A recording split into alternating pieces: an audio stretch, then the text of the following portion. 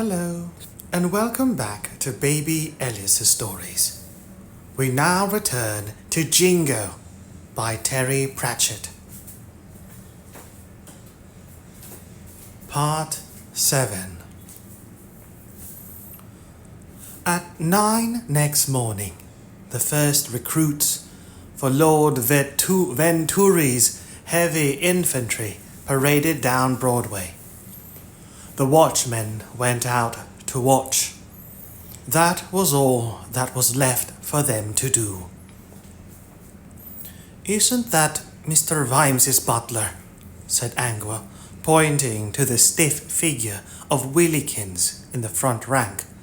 "Yeah, and that's his kitchen boy banging the drum in front," said Nobby.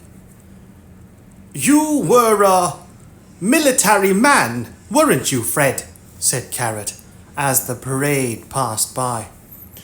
"Yes, sir. Duke of Eorls, 1st Heavy Infantry, sir. The Pheasant Pluckers." "Pardon?" said Angua. "Nickname for the regiment, miss. Oh, from ages ago. They were bivouacking on some estate and came across a lot of pheasant pens and, well, you know, having to live off the land and everything. Anyway, that's why we always wore a pheasant feather in our helmets. Traditional, see?" Already old Fred's face was creasing up in the soft expression of someone who has been mugged in memory lane. "We even had a marching song," he said. "Mind you, it was quite hard to sing, right? Sorry, miss." "Oh, it's all right, Sergeant," said Angua. "I often start to laugh like that for no reason at all." Fred Cullen once again stared dreamily at nothing. "And of course, before that, I was in the Duke of Quirm's middleweight infantry. Saw a lot of action with them." "I'm sure you did," said Carrot, while Angua entertained cynical thoughts about the actual distance of Fred's vantage point. "Your distinguished military career has obviously given you many pleasant memories." "The ladies liked the uniform," said Fred Cullen, with the unspoken rider that sometimes a growing lad needed all the help he could get. "And well..." "Yes, Sarge?" Cullen looked awkward, as if the bunched underwear of the past was tangling itself in the crotch of recollection. "It was more easier, sir, than being a copper, I mean. You're a soldier, right? And the other buggers is the enemy. You march into some big field somewhere and all form up into them oblongs. And then the bloke with the feathery helmet gives the order and you all forms up into big arrows." "Good gods, do people really do that? I thought it was just how they drew the battle plans." "Well, the old Duke, sir, he did it by the book. Anyway, it's just a case of watching your back and walloping any bloke in the wrong uniform. But..." Fred Cullen's face screwed up in agonized thought. "Well, when you're a copper, well, you dunno the good guys from the bad guys without a map, miss. And that's a fact." "But there's military law, isn't there?" "Well, yes, but when it's pissing with rain and you're up to your ronk, and when you're up... Well, yes, but when it's pissing with rain and you're up to your tonk, your waist in dead horses, and someone gives you an order, that ain't the time to look up the book of rules, miss. Anyway, most of it's about when you're allowed to get shot, sir." "Oh, I'm sure there's more to it than that, Sergeant." "Oh, Probably, sir, Cullen conceded diplomatically. I'm sure there's lots of stuff about not killing enemy soldiers who've surrendered, for instance. Oh, yes. There's that, Captain. Doesn't say you can't duff him up a bit, of course. Give him a little something to remember you by. Not torture, said Angua. Oh no, miss, but... Memory Lane for Cullen had turned into a bad road through a dark alley. Well, when your best mate's got an arrow in his eye, and there's blokes and horses screaming all round you, and you're scared shit, you're really scared, and you come across one of the enemy. Well, for some reason or other, you've got this kind of urge to give him a bit of a nudge sort of thing. Just, you know, like maybe in 20 years' time his leg'll twinge a bit on frosty days and he'll remember what he done, that's all. He rummaged in a pocket and produced a very small book, which he held up for inspection. This belonged to my great-granddad, he said. He was in the scrap we had against Pseudopolis, and my great-gran gave him this book of prayers for soldiers, 'cause you need all the prayers you can get, believe you me. And he stuck it in the top pocket of his jerkin, 'cause he couldn't afford armour, and the next day in battle, whoosh, this arrow came out of nowhere, wham, straight into this book, and it went all the way through to the last page before stopping. Look, you can see the hole. Pretty miraculous, Carrot agreed. Yeah, it was, I suppose, said the sergeant. He looked ruefully at the battered volume. Shame about the other 17 arrows, really. The drumming died away. Bum, bum, bum, bum, bum, bum, bum, bum, bum. The remnant of the watch tried to avoid one another's gaze. Then an imperious voice said, "Imperious," marked by arrogant assurance, imperious, befitting or characteristic of one of eminent rank or attainments, imperious. Then an imperious voice said, "Why aren't you in uniform, young man?" Nobby turned. He was being addressed by an elderly lady with a certain turkey-like cast of feature and a capital punishment expression. "Me? Got one, missus," said Nobby, pointing to his battered helmet. "A proper uniform," snapped the woman, handing him a white feather. "What will you be doing when the Klatchians are ravishing us in our beds?" She glared at the rest of the guards and swept on. Angua saw several others like her passing along the crowds of spectators. Here and there was a flash of white. "I'll be thinking, those Klatchians are jolly brave," said Carrot. "I'm afraid, Nobby, that the white feather is to shame you into joining up." "Oh, that's all right then," said Nobby, a man for whom shame held no shame. "What am I supposed to do with it?" That reminds me. Did I tell you what I said to Lord Rust? Said Sergeant Cullen nervously. 17 times so far, said Angua, watching the women with feathers.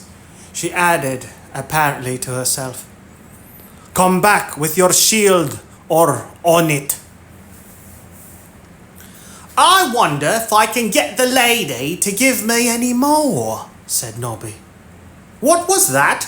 said Carrot. "These feathers," said Nobby. "They look like real goose. I've got a use for a lot more of these." "I meant, what was it that Angua said?" said Carrot. "What? Oh, It's just something women used to say when they sent their men off to war. Come back with your shield, or on it. On your shield? Said Nobby. You mean like sledging sort of thing? Like dead, said Angua. It meant come back a winner or not at all. Well, I always came back with my shield, said Nobby. No problem there. Nobby, sighed Cullen. You used to come back with your shield, everyone else's shield, a sack of teeth, and 15 pairs of still warm boots on a cart. Well, no point in going to war unless you're on the winning side, said Nobby, sticking the white feather in his helmet. Nobby, you was always on the winning side. The reason being, you used to lurk around the edges to see who was winning and then pull the right uniform off of some poor dead sod. I used to hear where the generals kept an eye on what you were wearing so they'd know how the battle was going. Lots of soldiers have served in lots of regiments, said Nobby. Right, what you say is true, only not usually during the same battle, said Sergeant Cullen. They trooped back into the watch house. Most of the shift had taken the day off. After all, who was in charge? What were they supposed to be doing today? The only ones left were those who never thought of themselves as off-duty, and the new recruits who hadn't had their keen edge blunted. I'm sure Mr. Vimes will think of something, said Carrot. Look, I'd better take the Gorifs back to their shop. Mr. Gorif says he's going to pack up and leave. A lot of Klatchians are leaving. You can't blame them either. Dreams rising with him like bubbles, Vimes surfaced from the black fathoms of sleep. Normally, these days, he treasured the moment of waking. It was when solutions presented themselves. He assumed bits of his brain had come out. He assumed bits of his brain came out at night and worked on the problems of the previous day, handing him the result just as he opened his eyes. All that arrived now were memories. He winced. Another memory turned up. He groaned. The sound of his badge bouncing on the table replayed itself. He swore. He swung his legs off the covers and groped for the bedside table. Bingally, bingally beep. Oh no. All right, what's the time? 1 o'clock p.m. Hello, insert name here. Vimes looked blearily at the disorganizer. One day he knew he really would have to try to understand the manual for the damn thing. Either that or drop it off a cliff. Side note 9. One of the universal rules of happiness is always be wary of any helpful item that weighs less than its operating manual. End side note 9. What? He began and then groaned again. The twanging sound made by the unwound turban as it took his weight had just come back to haunt him. Sam! The bedroom door was pushed open and Sybil came in carrying a cup. Yes, dear. How do you feel? I've got bruises on my brew. Another memory crawled up from the pit of guilt. Oh, good grief. Did I really call him a long streak of... Yes, said his wife. Fred Cullen came round this morning and told me all about it. And a very good description, I'd say. I went out with Ronnie Rust once. Bit of a cold fish. Another recollection burst like a ball of marsh gas into Vimes's head. Did Fred tell you where he said Rust could put his badge? Yes, 3 times. It seems to be weighing on his mind. Anyway, knowing Ronnie, he'd have to use a hammer. Vimes had long ago got used to the fact that the aristocracy all seemed to know one another by the first name. And did Fred tell you anything else? He said timidly. Yes, about the shop and the fire and everything. I'm proud of you. She gave him a kiss. Mwah. What do I do now? He said. Drink your tea and have a wash and a shave. I ought to go down to the watch house and shave. There's hot water in the jug. When she had left, he hauled himself upright and tottered into his bathroom. There was indeed a jug of hot water on the marble washstand. He looked at the face in the mirror. Unfortunately, it was his. Perhaps if he shaved it first, and then he could wash the bits that were left. Fragments of the night before kept on respectfully drawing themselves to his attention. It was a shame about that guard, but sometimes you just couldn't stand and argue. He shouldn't have done that with his badge. It wasn't like the old days. He had responsibilities. He should have stayed on and made things just a little less. No, that never worked. He managed to get the lather on his face. The riot act. Good grief. He stopped his razor thoughtfully. Rust's milky eyes stared out of his memory. Bastard. Men like that thought they really thought. Bastard. Men like that thought. They really thought that the watch was a kind of sheepdog to nip at the heels of the flock, bark when spoken to, and never ever bite the shepherd.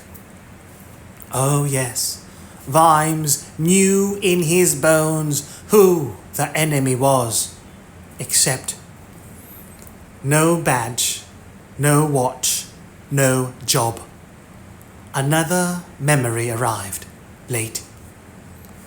Lather still dripping down his shirt, he pulled Veterinary's sealed letter out of his pocket and slit it open with the razor. There was a blank sheet of paper inside. He turned it over, and there was nothing on the other side either. Mystified, he glanced at the envelope. Sir Samuel Vimes, Knight. Nice of him to be so precise about it, Vimes thought. What was the point of a message with no message? Some people might absent-mindedly have slipped the wrong piece of paper in an envelope, but Veterinary wouldn't. What was the point of sending him a note telling him he was a knight, for God's sake? He knew that embarrassing fact well enough. Another little memory burst open as silently as a mouse passing wind in a hurricane. Who'd said it? Any gentleman? Vimes stared. Well, he was a gentleman, wasn't he? It wasn't official, and then he didn't shout, and he didn't run out of the room. He finished shaving, had a wash, and put on a change of underwear very calmly. Downstairs, Sybil had cooked him a meal. She wasn't a very good cook. This was fine by Vimes, because he wasn't a very good eater. After a lifetime of street meals, his stomach wasn't set up right. What it craved was little crunchy brown bits, the food group of the gods, and Sybil reliably always left the pan too long on the dragon. She eyed him carefully as he chewed his fried egg and stared into the middle distance. Her manner was that of someone with a portable safety net watching a man on the high wire. After a while she watched him crack open a sausage, he said, Do we have any books in chivalry, dear? "Hundreds, Sam." Is there anyone which tells you what it's all about? I mean, what you have to do if you're a knight, say. Responsibilities and so on. "Most of them, I should think." Good. I think I shall do a little reading. Vimes hit the bacon with his fork. It shattered very satisfactorily. Afterwards, he went into the library. 20 minutes later, he came back out for a pencil and some paper. 10 minutes after that, Lady Sybil took him a cup of coffee. He was hidden behind a pile of books, and apparently deep in Life of Chivalry. She crept out and went into her own study, where she settled down to update her dragon breeding records. It was an hour later when she heard him step out into the hall. He was humming under his breath, tunelessly, with the far-away look of preoccupation that means that some big thought has required the shutting down of all non-essential processes. He was also radiating the field of angered innocence that was, to her, part of his essential Vimesness. "Are you going out, Sam?" Yes, I'm just going to kick some arse, dear. "Oh, good. Just be sure to wrap up well then." The Gorif family trudged along silently beside Carrot. "I'm sorry about your shop, Mr. Gorif," he said. Gorif shifted the load he was carrying. We can start other shops, he said. "We'll certainly keep an eye on it," said Carrot. "And when all this is over, you can come back." Thank you. His son said something in Klatchian. There was a brief family argument. "I appreciate your strength of feeling," said Carrot, going red. "Although I must say I think your language was a little strong." My son is sorry, said Gorif automatically. He did not remember that you speak "No, I'm not. Why should we run away?" said the boy. "We live here. I've never seen Klatch." "Oh, well, that would be something to look forward to," said Carrot. "I hear it has many fine..." "Are you stupid?" said Janil. He shook himself free of his father's grasp and confronted Carrot. "I don't care! I don't want all this stuff about the moon rising over the mountains of the sun. I get that at home all the time. I live here." "Now, you really ought to listen to your parents." "Why? My dad works all the time and now he's being pushed out." "What good's that? We ought to stay here and defend what's ours." "Ah, well, you shouldn't take the law into your own hands." "Why not? It's our job." "But you're not doing it." There was a rattle of Klatchian from Mr. Gorif. "He says I've got to apologize," said Janil sullenly. "I'm sorry." "So am I," said Carrot. The boy's father gave him that complicated shrug used by adults in a situation involving adolescents. "You'll be back. I know it," said Carrot. "We shall see." They went down the quay towards a waiting boat. It was a Klatchian ship. People lined the rails. People who were getting out with what they could carry before they could only get out with what they wore. The watchmen found themselves under hostile scrutiny. "Surely Rust isn't already forcing Klatchians out of their homes," said Angua. "We can tell which way the wind is blowing," said Gorif calmly. Carrot sniffed the salt air. "It's blowing from Klatch," he said. "For you, perhaps," said Gorif. A whip cracked behind them, whoosh, and they stood aside as several coaches rumbled by. A blind at the window was pulled aside momentarily. Carrot caught a brief glimpse of a face, all gold teeth and black beard, before the cloth twitched back. "That's him, isn't it?" There was a faint grunt from Angua. She had her eyes closed, as she always did when she was letting her nose do the seeing. "Cloves," she murmured, and then grabbed Carrot's arm. "Don't run after it. There's armed men on that ship. What will they think when they see a soldier running towards them?" "I'm not a soldier." "How long do you think they'll spend working out the difference?" The coach pushed through the press of people on the dock. The crowd surged back around it. "There's boxes being unloaded." "I can't quite see," said Carrot, shading his eyes. "Look, I'm sure they'll understand if—" 71-hour Ahmed stepped out onto the dock and looked back towards the watchmen. There was a momentary sparkle as he grinned. They saw his hand reach over his shoulder and come back holding the curved sword.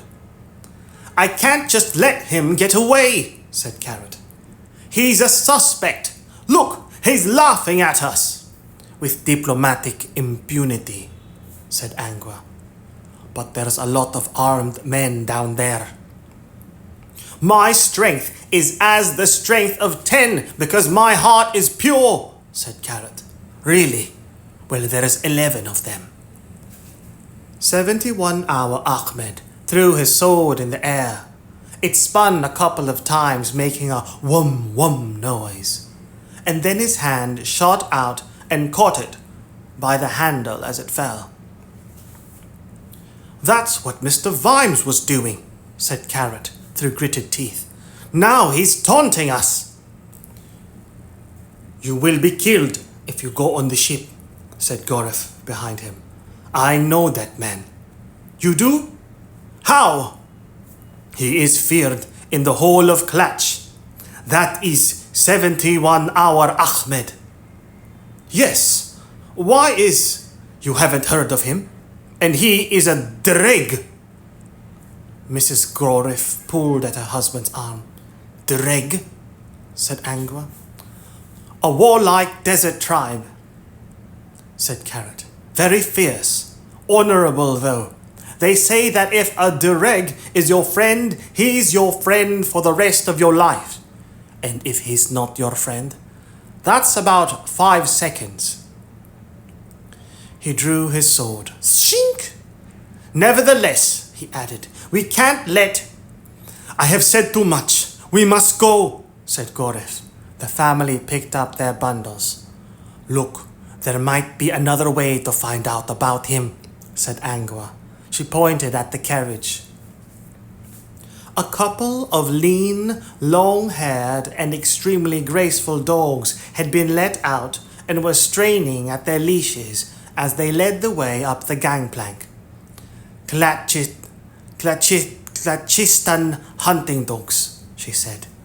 "The Klatchian nobility are very keen on them, I understand." "They look a bit like—" Carrot began, and then the penny dropped. "No, I can't let you go on there by yourself," he said. "Something would go wrong." "I stand a much better chance than you would, Believe me, said Angua quickly. They won't be leaving until the tide changes in any case. It's too dangerous. Well, they are supposed to be our enemies. I meant for you. Why? Said Angua. I've never heard of werewolves in Klatch, so they probably don't know how to deal with us. She undid the little leather collar that held her badge and handed it to Carrot. Don't worry, she said. If the worst comes to the worst, I'll dive overboard. Into the river. Even the river Ankh can't kill a werewolf. Angua glanced at the turgid water. Probably, anyway. Sergeant Cullen and Corporal Nobbs had gone on patrol. They weren't sure why they were patrolling, and what they were supposed to do if they saw a crime.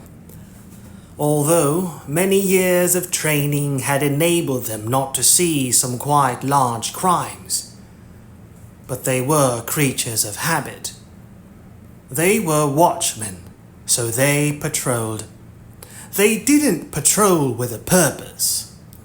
They patrolled, as it were, in pure essence. Nobby's progress wasn't helped by the large leather-bound book in his arms. What do this place good? Said Sergeant Cullen after a while. Put some backbone in people. Everything's gone all to pot these days. Not like when we were kids, Sarge. Not like when we were kids indeed, Nobby. People trusted one another in them days, didn't they, Sarge? People trusted one another, Nobby. Yes, Sarge, I know. And people didn't have to lock their doors, did they? That's right, Nobby. And people were always ready to help. They were always in and out of one another's houses. "'S right, Sarge, said Nobby vehemently. I know no one ever locked their houses down our street. That's what I'm talking about. That's my point. It was 'cause the bastards even used to steal the locks. Cullen considered the truth of this. Yes, but at least it was each other's stuff they were nicking, Nobby. It's not like they was foreigners. Right. They strolled on for a while, each entangled in his own thoughts. Sarge? Yes, Nobby. Where's Nubelia? Nubelia? It's got to be a place, I reckon. Pretty warm there, I think. Ah, Nubelia, said Cullen. He invented desperately. Right, yes. It's one of them Klatchian places. Yeah, got lots of sand and mountains. Export dates. Why do you want to know? Oh, no reason. Nobby. Yes, Sarge? Why are you carrying that huge book? Ha! Clever idea, Sarge. I saw what you said about that book of your great-granddad. So if there's any fighting, I got this one off of Washpot. It's the Book of 5 inches thick. It's a bit big for a pocket, Nobby. It's a bit big for a cart, to be honest. I thought I could make sort of braces to carry it. I reckon even a longbow could only get an arrow as far as the apocrypha. A familiar creak made them look up. A Klatchian's head was swinging in the breeze. Fancy a pint? Said Sergeant Cullen. Big Angie brews up some, that's a treat. Big Angie brews up some, that's a treat. Better not, Sarge. Mr. Vimes is in a bit of a mood. Cullen sighed. You're right. Nobby looked up at the head again. It was wooden. It had been repainted many times over the centuries. The Klatchian was smiling very happily for someone who'd never have to buy a shirt ever again. The Klatchian's head. My granddad said his granddad remembered when it was still the real one, Colin said. Of course, it was about the size of a walnut by then. Bit nasty, sticking up a bloke's head for a pub sign, said Nobby. No, Nobby. Spoils of war, right? Some bloke came back from one of the wars with a souvenir, stuck it on a pole and opened a pub. The Klatchian's head. Teach them not to do it again. I used to get into enough trouble just for nicking boots, said Nobby. More robust times, Nobby. You ever met a Klatchian, Sarge? Said Nobby, as they began to pace the length of the quiet street. I mean, one of the wild ones. Well, no. But you know what? They're allowed 3 wives. That's criminal, that is. Yeah, 'cause here's me and I ain't got one, said Nobby. And they eat funny grub, curry and that. Nobby gave this some thought. Like we do when we're on late duty? Well, yes, but they don't do it properly. You mean runny earwax yellow with peas and currants in like your mum used to do? Right. You poke around as much as you like in a Klatchian curry and you won't find a single piece of swede. And I heard where they eat sheep's eyeballs too, said Nobby, international gastronome. Right again. Not decent ordinary stuff like lamb's fry or sweetbreads then? That's right. Colin felt that he was being got at in some way. Look, Nobby, when all's said and done, they ain't the right colour, and there's an end to it. Good job you found out, Fred, said Nobby so cheerfully that Sergeant Colin was almost sure that he meant it. Well, it's obvious, he conceded. What is the right colour? Said Nobby. White, of course. Not brick red then, 'cause you... Are you winding me up, Corporal Nobbs? Course not, Sarge. So, what colour am I? That caused Sergeant Cullen to think. You could have found somewhere on Corporal Nobbs a shade appropriate to every climate on disc. You could have found somewhere on Corporal Nobbs a shade appropriate to every climate on the disc, and a few found only in specialist medical books. White's a state of, mind, he said. It's like doing an honest day's work for an honest day's pay, that sort of thing, and washing regular. Not lazing around sort of thing? Right. Or, like, working all hours like Gorif does? Nobby. And you never see those kids of his with dirty clothes? Nobby, you're just trying to get me going, right? You know we're better than Klatchians, otherwise, what's the point? Anyway, if we're going to fight them, you could get locked up for going around talking treachery. Are you going to fight them, Fred? Fred Cullen scratched his chin. Well, as a experienced military man, I suppose I'll have to. What are you going to do? Join the regiment and go to the front? Well, my forte lies in training, so I reckon I'd better stay here and train up the new recruits. Here at the back, you might say? We all have to do our bit, Nobby. If it was down to me, I'd be out there like a shot to give Johnny Klatchian a taste of cold steel. Their razor-sharp swords wouldn't worry you then? I should laugh at them with scorn, Nobby. But Supposing the Klatchians attack here, then you'll be at the front, and the front will be at the back. I'll sort of try for a posting in the middle. The middle of the front, oh, gentlemen. They looked round to find that they had been followed by a man of medium height, but with an extraordinary head. It wasn't that he had gone bald. He had quite a lot of hair, which was long and curly and reached almost to his shoulders, and his beard was large enough to conceal a small chicken. But his head had simply risen through his hair like a kind of intrusive dome. He gave them a friendly smile. Am I by any chance addressing the heroic Sergeant Cullen and the... The man looked at Nobby.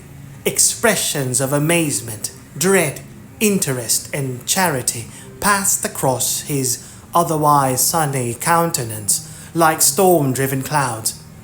And the Corporal Nobbs, he finished. That is a citizen, said Cullen. Ah, good. I was very specifically told to find you. It's quite amazing, you know. No one had even broken into the boathouse, although I must say I did design the locks rather well, and all I've had to do was replace the leatherwork around the joints and grease it up. Oh, do excuse me, I've got rather ahead of myself. Now, there was a message I had to give you. What was it now? Something about your hands.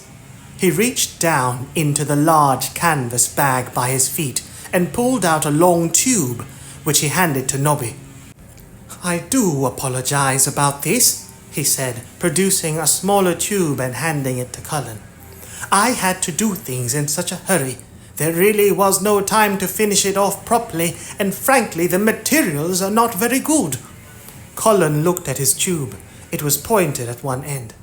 This is a firework rocket, he said. Look, it's got a riot of coloured balls and stars on it. Yes, I do so apologize, said the man, lifting a complex little arrangement of wood and metal out of the bag. May I have the tube back, Corporal? He took it and screwed the arrangement onto one end. Thank you. Yes, I'm afraid that without my lathe, and indeed my forge, I really have had to make do with what I could find lying around. Could I have the rocket back, please? Thank you. They don't go properly without a stick, said Nobby.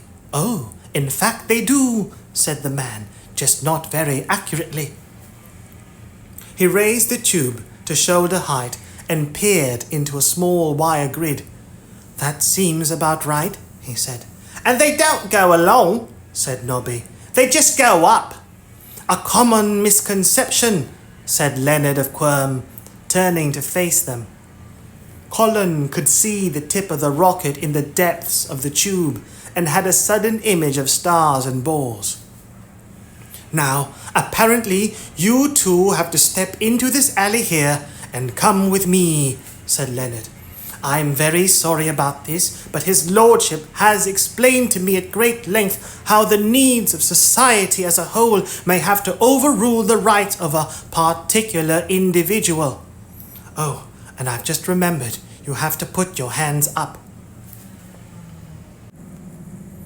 Sand had been spilled across the big table in the rat's chamber. Lord Rust felt a sensation akin to pleasure as he surveyed it. There were the little square boxes for the towns and cities, and cut out palm trees to indicate the known oases. And although he was uneasy about the word oases, Lord Rust looked at it and saw that it was good. Especially since it was a map of Klatch, and everyone knew that Klatch was sand anyway, which made it rather satisfying in an existential sort of way. Although the sand here had been commandeered from the heap behind Chalky the Troll's wholesale pottery, and bore the occasional cigarette end and trace of feline incontinence that would probably not be found in the real desert, or certainly not to scale. Here would be a good landing area, he said, pointing with his stick. His equerry tried to look helpful. The El Quinte Peninsula, he said. That's the closest point to us, sir. Equerry. An officer of a prince or noble charged with the care of horses. Equerry, an officer of the British royal household in personal attendance on the sovereign or a member of the royal family. Equerry. Here would be a good landing area, he said, pointing with his stick. His equerry tried to look helpful. The El Quinte Peninsula, he said. That's the closest point to us, sir. Exactly. We can be across the straits in jig time. Very good, sir, said Lieutenant Hornet. But you don't think the enemy might be expecting us there? It being such an obvious landing site? Not obvious at all to the trained military thinkers, sir. They won't be expecting us there precisely because it is too obvious, do you see? You mean they'll think only a complete idiot would land there, sir? Correct. And they know we're not complete idiots, sir. And therefore that will be the last place they will be expecting us, do you see? They'll be expecting us somewhere like... His stick stabbed into the sand. Here! Hornet looked closely. In the street outside, someone started to bang a drum. Oh, you mean Eritol, he said, where I believe there is a concealed landing area and 2 days' forced march through good cover would have us at the heart of the empire, sir. Exactly. Whereas landing at El Quinte means 3 days over sand dunes and past the fortified city of Gebra. Precisely. Wide open spaces. And that is where we can practice the art of warfare. Lord Rust raised his voice above the drumming. That's how you settle these things. One decisive battle. Us on one side, the Klatchians on the other. That is how these things are He threw the pointer. He threw down his pointer. Who the devil is making that infernal noise? The equerry walked across to the window. It's someone else recruiting, sir, he said. But we're all here. The equerry hesitated, as the bearers of bad tidings to short-tempered men often do. It's Vimes, sir. Recruiting for the watch? No, my lord. For a regiment. The banner says Sir Samuel Vimes is first of foot, my lord. The arrogance of the man. Go and... No, I'll go myself. There was a crowd in the street. In the center, there rose the bulk of Constable Dorful. And the key thing about the golem was that if he was banging a drum, then no one was going to ask him to stop. No one except possibly Lord Rust, who stood up and snatched the drumsticks out of his hands. Yes! It are species of your choicest life in der first of foot, shouted Sergeant Detritus, unaware of the events going on behind him. You learn in a trade. You learn in self-respect. Also, you get spiffy uniform plus all der boots you can eat. Here, that's my banner. What's the meaning of this? Said Rust, flinging the homemade banner onto the ground. Vimes can't do this. A figure detached itself from the wall where it had been watching the show. You know, I rather think I can, said Vimes. He handed Rust a piece of paper. It's all here, my lord, with references citing the highest authorities, in case you are in any doubt. Citing on the roll of a knight, my lord. In fact, the duties of a knight, funnily enough. A lot of it is pretty damn stupid stuff. Riding around the place on one of those bloody great horses with curtains round it and so on. But one of them says, in time of need, a knight has to raise and maintain, you'll laugh when I tell you this, a body of armed soldiers. No one could have been more surprised than me. I don't mind telling you. Seems there's nothing for it, but I have to go out and get some chaps together. Of course, most of the watch have joined. Well, you know how it is. Disciplined lads, anxious to do their bit. So that saved me a bit of effort. Except for Nobby Nobs, because he says if he leaves it till Thursday, he's going to have enough white feathers for a mattress. Rust's expression would have preserved meat for a year. This is a nonsense, he said, and you, Vimes, certainly are no knight. Only a king can make. There's a good few lordships in this city created by the patricians, said Vimes.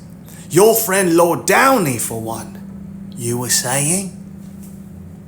Then if you persist in playing games, I will say that before a knight is created, he must spend a night's vigil watching his armor. Practically every night of my life, said Vimes. A man doesn't keep an eye on his armor round here. That man's got no armor in the morning. In prayer? Said Rust sharply. That's me, said Vimes. Not a night has gone by without me thinking, ye gods, I hope I get through this alive. And he must have proved himself on the field of combat against other trained men, Vimes, not vermin and thugs. Vimes started to undo the strap of his helmet. Well, this isn't the best of moments, my lord, but if someone'll hold your coat, I can spare you 5 minutes. In Vimes's eyes, Rust recognized the fiery gleam of burning boats. I know what you're doing, Vimes, and I am not going to rise to it, he said, taking a step back. In any case, you have had no formal training in arms. That's true, said Vimes. You've got me there, right enough. No one ever trained me in arms. I was lucky there. He leaned closer and lowered his voice so that the watching crowd wouldn't hear. You see, I know what training in arms means, Ronald. There hasn't been a real war in ages, so it's all prancing around, wearing padded waistcoats and waving swords with knobs on the end, so no one'll really get hurt, isn't it? But down in the shades, no one's had any training in arms either. Wouldn't know an épée from a sabre. Know what they're good at is a broken bottle in one hand and a length of 4x2 in the other. And when you face them, Ronnie, you know you aren't going off for a laugh and a jolly drink afterwards, 'cause they want you dead. They want to kill you, you see, Ron? And by the time you've swung your nice shiny broadsword, they've carved their name and address on your stomach. And that's where I got my training in arms. Well, fists and knees and teeth and elbows mostly. You, sir, are no gentleman, said Rust. I knew there was something about me that I liked. Can you not even see that you can't enroll dwarves and trolls in an Ankh-Morpork regiment? It just says armed soldiers, and dwarves come with their own axes. A great saving. Besides, if you've ever seen them really fight, then you must have been on the same side. Vimes, It's Sir Samuel, my lord. Rust seemed to think for a moment. Very well then, he said. Then you and your regiment come under my command. Strangely no, said Vimes swiftly. Under the command of the king or his duly appointed representatives. It says in Scavon's chivalric law and usage.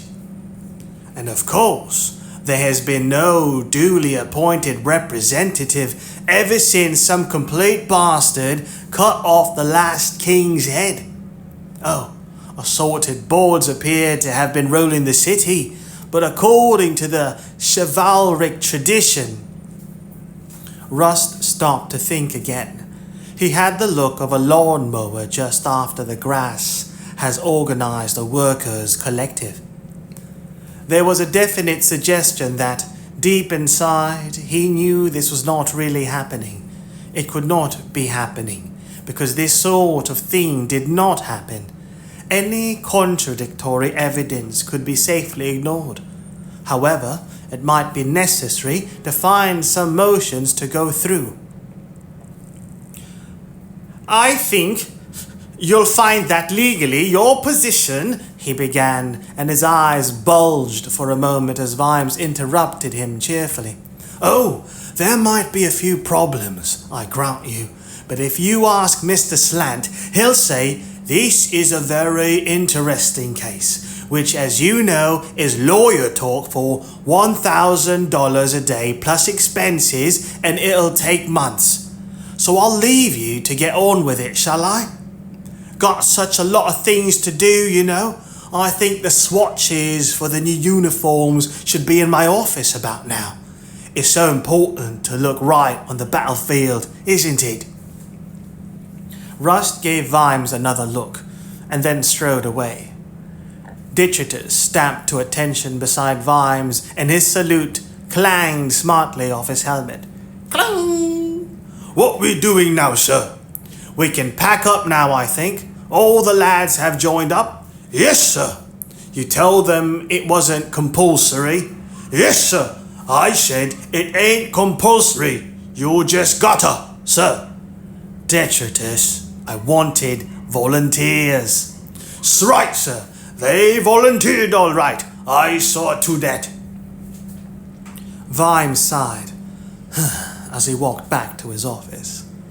But they were probably safe. He was pretty sure he was legally sound, and if he knew anything about Rust, the man would respect the letter of the law. Such men did, in a chilly way. Such men did, in a chilly way. Besides, 30 men in the watch simply didn't figure in the great scheme of things. Rust could ignore them. Suddenly there's a war brewing, Vimes thought, and they all come back. Civil order is turned upside down because that's the rules. And people like Rust are at the top of the heap again. You have these aristocrats lazing around for years, and suddenly the old armor's out and the sword is being taken down from over the fireplace. They think there's going to be a war, and all they can think about is that wars can be won or lost. Someone's behind this. Someone wants to see a war. Someone paid to have Ozzy and Snowy killed. Someone wanted the prince dead. I've got to remember that. This isn't a war. This is a crime. And then he realized he was wondering if the attack on Gorif's shop had been organized by the same people, and whether those same people had set fire to the embassy. And then he realized why he was thinking like this. It was because he wanted there to be conspirators. It was much better to imagine men in some smoky room somewhere, made mad and cynical by privilege and power, plotting over the brandy. You had to cling to this sort of image, because if you didn't, then you might have to face the fact that bad things happened because ordinary people, the kind who brushed the dog and told their children bedtime stories, were capable of then going out and doing horrible things to other ordinary people. It was so much easier to blame it on them. It was bleakly depressing to think that they were us. If it was them, then nothing was anyone's fault. If it was us, what did that make me? After all, I'm one of us. I must be. I've certainly never thought of myself as one of them. No one ever thinks of themselves as one of them. We're always one of us. It's them that do the bad things.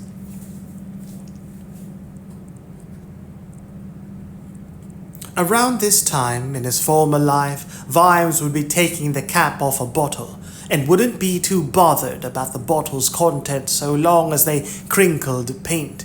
Ook? Oh, hello. What can I do for you? Oh, yes. I asked about books on Klatch. Is that all? The librarian shyly held out a small, battered green book. Vimes had been expecting something bigger, but he took it anyway. It paid to look at any book the orangutan gave you. He matched you up to books. Vimes supposed it was a knack in the same way that an undertaker was very good at judging heights. On the spine, in very faded gold lettering, were the words Veni, Vidi, Vici, A Soldier's Life by General A. Tacticus. Nobby and Sergeant Cullen edged along the alley. I know who he is, Fred hissed. That's Leonard of Quirm, that is. He went missing 5 years ago.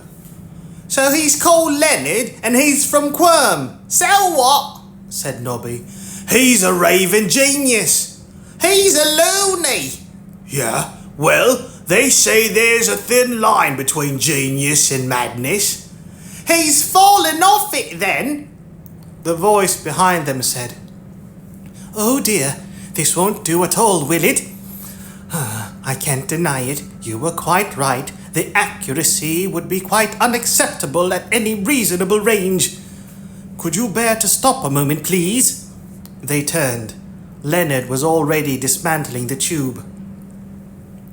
If you could just hang on to this bit, Corporal, and Sergeant, if you could be so good as to hold this piece steady. Some sort of fiends should do it.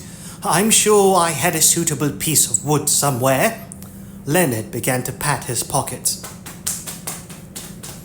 The watchman realized that the man holding them up had paused to redesign his weapon and had given it to them to hold while he looked for a screwdriver. This was a thing that did not happen. This was a thing that did not often happen. Nobby silently took the rocket from Cullen and pushed it into the tube. What's this bit here, mister? He said. Leonard glanced up briefly in between patting his pockets. Oh, that is the trigger, he said, which, as you can see, rubs against the flint and... Good! There was a short burst of flame and rather more black smoke. Oh dear, said Leonard. The watchmen turned like men dreading what they were about to see. The rocket had shot the length of the alley and through the window of a house. Putting this way up on the projectile would be an important safety point to bear in mind for the new design, said Leonard. Now where's that notebook? I think we'd better leave, said Cullen, moving backwards, very fast. Inside the house there was an explosion of stars and balls to delight young and old, but not the troll who had just opened the door. Really, said Leonard. Well, if speed is required, I have this very interesting design for a two-wheeled. Acting on an unspoken agreement, the watchmen each put a hand under a shoulder, lifted him off the ground and ran for it. "Oh dear," said Leonard, as he was dragged backwards. The watchman dived into a side alley and then jinked and dodged along several others with quiet professionalism. Finally, they leaned Leonard against the wall and peered round the end of the alley. "All clear," said Nobby. "They went the other way." "Right," said Cullen. "Now what was you doing? I mean, you might be a genius, like I heard Mr. Duckworm, but when it comes to threatening people, you're as clever as an inflatable dartboard." "I appear to have been a bit of a juggins, don't I?" Leonard agreed. "But I do implore you to come with me. I'm afraid I thought that as warriors you would be more inclined to understand force." "Well, yes, we're warriors," said Sergeant Cullen, "but..." Have you got another one of these rockets?" said Nobby, hefting the tube onto his shoulder again. He had the special gleam in his eye that a small man gets when he's laid his hands on a big, big weapon. "I may have," said Leonard, and the gleam in his eye was the mad twinkle of the naturally innocent when they think they're being cunning. "Why don't we go and see? You see, I was told to fetch you by any means necessary." "Bribery sounds good," said Nobby. He put his eye to the tube's sights and started making whoosh noises. "Whoosh!" "Who told you to fetch us?" said Cullen. "Lord Veterinary." "The patrician wants us." "Yes, he said you have special qualities and must come at once." "To the palace? I heard he'd done a runner." "Oh no, to the docks." "Special qualities, eh?" said Cullen. Sarge?" Nobby began. "Not now, Nobby," said Cullen importantly. "It's about time we were given some recognition. You know that. Experienced officers are the backbone of the force. Seems to me," he went on, "seems to me that this is a case of cometh the time, cometh the man." "When's he cometh?" "I'm talking about us, men with special qualities." Nobby nodded, but with a certain amount of reluctance. In many ways he was a much clearer thinker than his superior officer, and he was worrying about quote-unquote special qualities. Being picked for something because of your special qualities was tantamount to being volunteered. Anyway, what was so special about special qualities?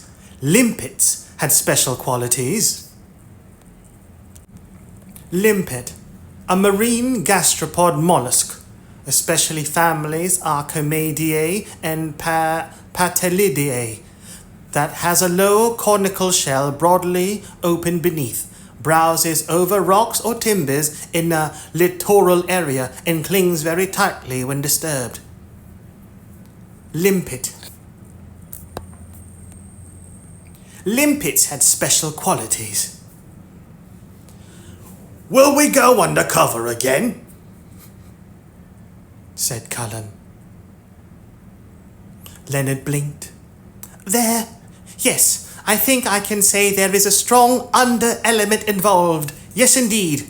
"Sarge?" "You just be quiet, Corporal." Cullen pulled Nobby closer. "Undercover means not getting stabbed and shot at, right?" he whispered. "And what's the most important thing a professional soldier wants not to happen to him?" "Not getting stabbed and shot," said Nobby automatically. "Right, so let's be going, Mr. Quirm. The call has come." "Well done," said Leonard.